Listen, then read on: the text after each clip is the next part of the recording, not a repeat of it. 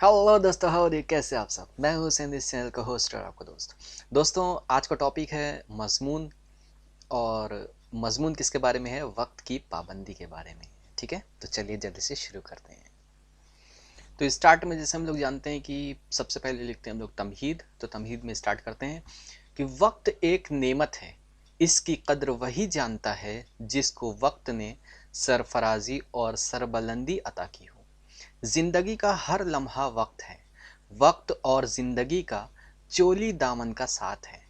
दर हकीकत वक्त ही जिंदगी है, और जिंदगी का अच्छा और बुरा होना भी वक्त के अच्छे या बुरे इस्तेमाल पर मौकूफ है।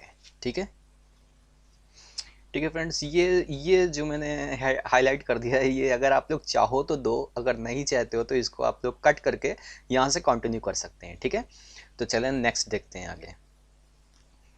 वक्त एक तेज रफ्तार चीज है, ये किसी का इंतजार नहीं करता। जैसे जैसे वक्त गुजरता है वैसे वैसे हमारी उम्र कम होती है या कम होती चली जाती है। ठीक है, यानी जो है वक्त जो है वो तेज रफ्तार चीज़ है, यानी वक्त जो है वो कभी रुकता नहीं है। जैसे कि हम लोगों ने सुना है ना, जानते भी हम लोग कि वक्त जो है वो कभी रुकता नहीं है और किसी का इंतज़ार नहीं करता है। और जैसे जैसे वक्त गुजर रहा है वैसे वैसे हम लोगों की उम्र जो है वो कम होती जा रही है। ठीक है, उसके बाद क्या है? वक्त खराब करना गोया उम्र के कीमती लम्हात को बर्बाद करना है, बकौल शायर। ठीक है,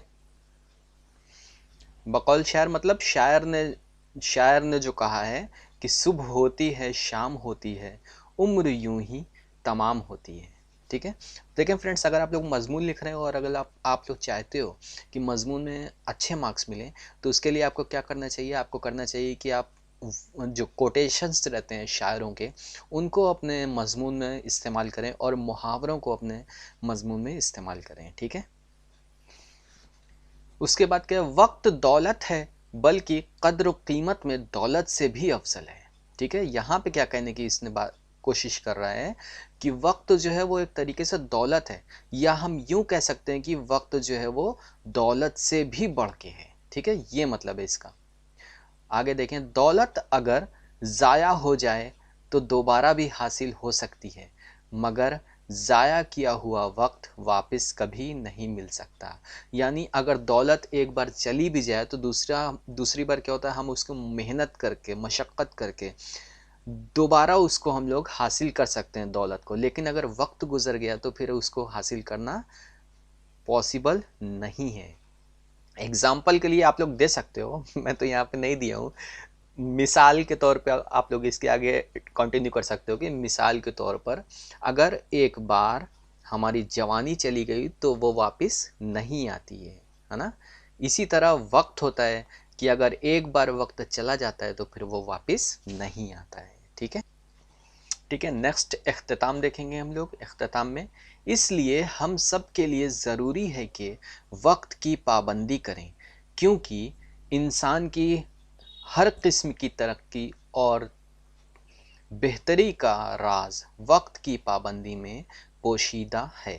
यानी इंसान, यहाँ पे क्या बताया इसने कि इसलिए हम सबको जो है वक्त की जो है वो पाबंदी करनी चाहिए। ठीक है, वक्त को ज़ाया नहीं करना चाहिए, और हर किस्म की तरक्की और बेहतरी, यानी हमारी जो भी तरक्की है वो और बेहतरी जो है वो किसके अंदर छिपी हुई है?